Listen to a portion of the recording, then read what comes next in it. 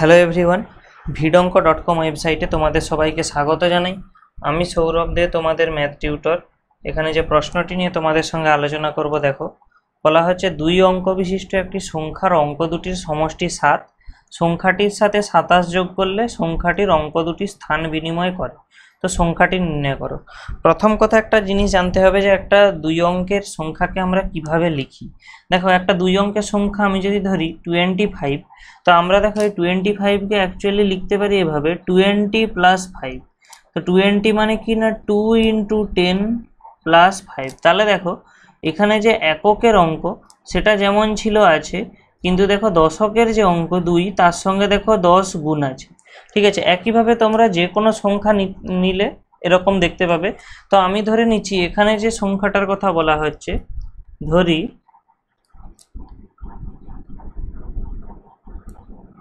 সংখ্যাটির এককের অঙ্ক x ও দশকের অঙ্ক y। তো আমি ধরছি এককের অঙ্ক x এবং দশকের অঙ্ক y। তো আমরা লিখতে অতএব সংখ্যাটি, তাহলে আমরা সংখ্যাটিকে কিভাবে লিখতে পারি, দেখো অতএব সংখ্যাটি হবে দশকের অঙ্ক y হওয়ার জন্য এর সঙ্গে আমরা 10 গুণ রাখবো এবং এককের অঙ্ক x হওয়ার জন্য একে রাখবো এইভাবে। তাহলে আমরা একে কিভাবে লিখতে পারি, দেখো এটা সমান হচ্ছে কি না 10y + x। এটা হলো আমাদের অরিজিনাল সংখ্যাটি। এরপরে আমাদেরকে বলা আছে দেখো সংখ্যাটির সাথে যদি 27 যোগ করা হয় তাহলে অঙ্ক দুটি স্থান বিনিময় করে। অঙ্ক দুটি স্থান বিনিময় করার অর্থ কি, অর্থাৎ এককের অঙ্কটা তখন দশকের অঙ্ক হয়ে যাচ্ছে এবং দশকের অঙ্ক এককের অঙ্ক হয়ে যাচ্ছে। তাহলে অঙ্ক দুটি স্থান বিনিময় করলে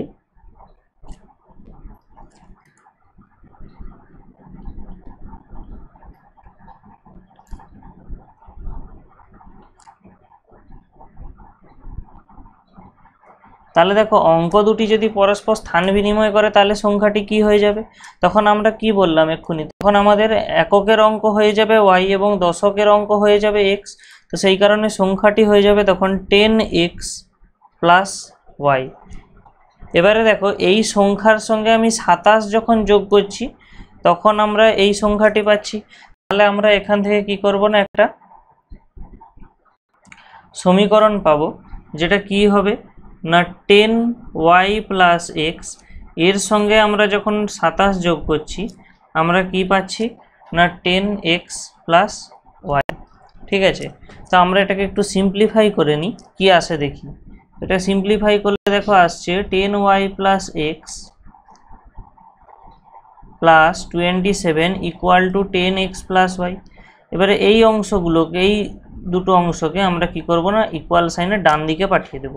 তাহলে কি আসছে দেখো 10x + y - 10y - x = 27। তাহলে এখান থেকে আসছে কি না 9x - 9y = 27।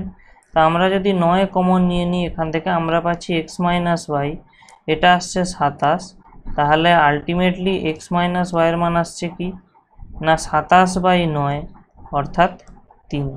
তাহলে x - y এর মান আমরা পেয়েছি 3। আবার দেখো প্রশ্নের শুরুতে আরেকটা জিনিস দেওয়া ছিল যে এখানে এই যে সংখ্যাটা তার অঙ্ক দুটির সমষ্টি 7, মানে কি অঙ্ক দুটি কি ছিল x এবং y। তাহলে আমরা এখান থেকে বলতে পারি x + y = 7।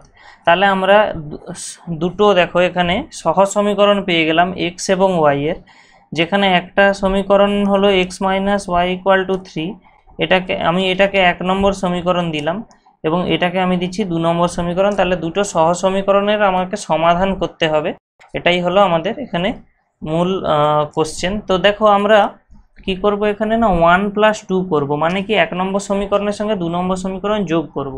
তাহলে কি আসে দেখো 7x + y = 7 ছিল, x - y = 3 হলো।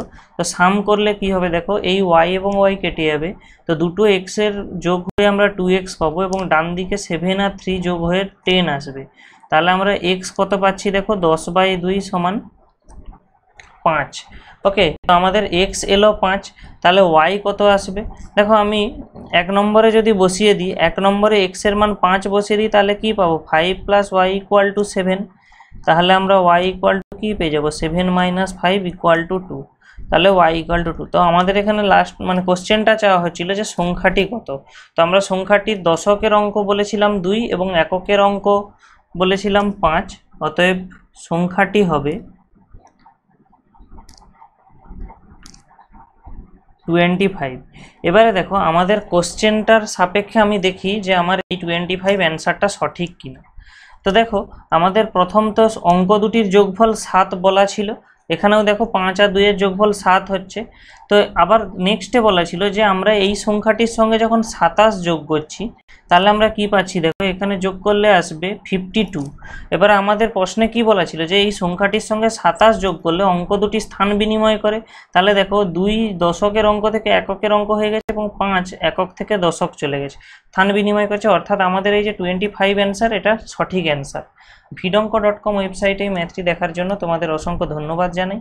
এরকমই নানা প্রশ্ন এবং তাদের সমাধানের জন্য তোমরা আমাদের ওয়েবসাইটটি ভিজিট করো। ধন্যবাদ।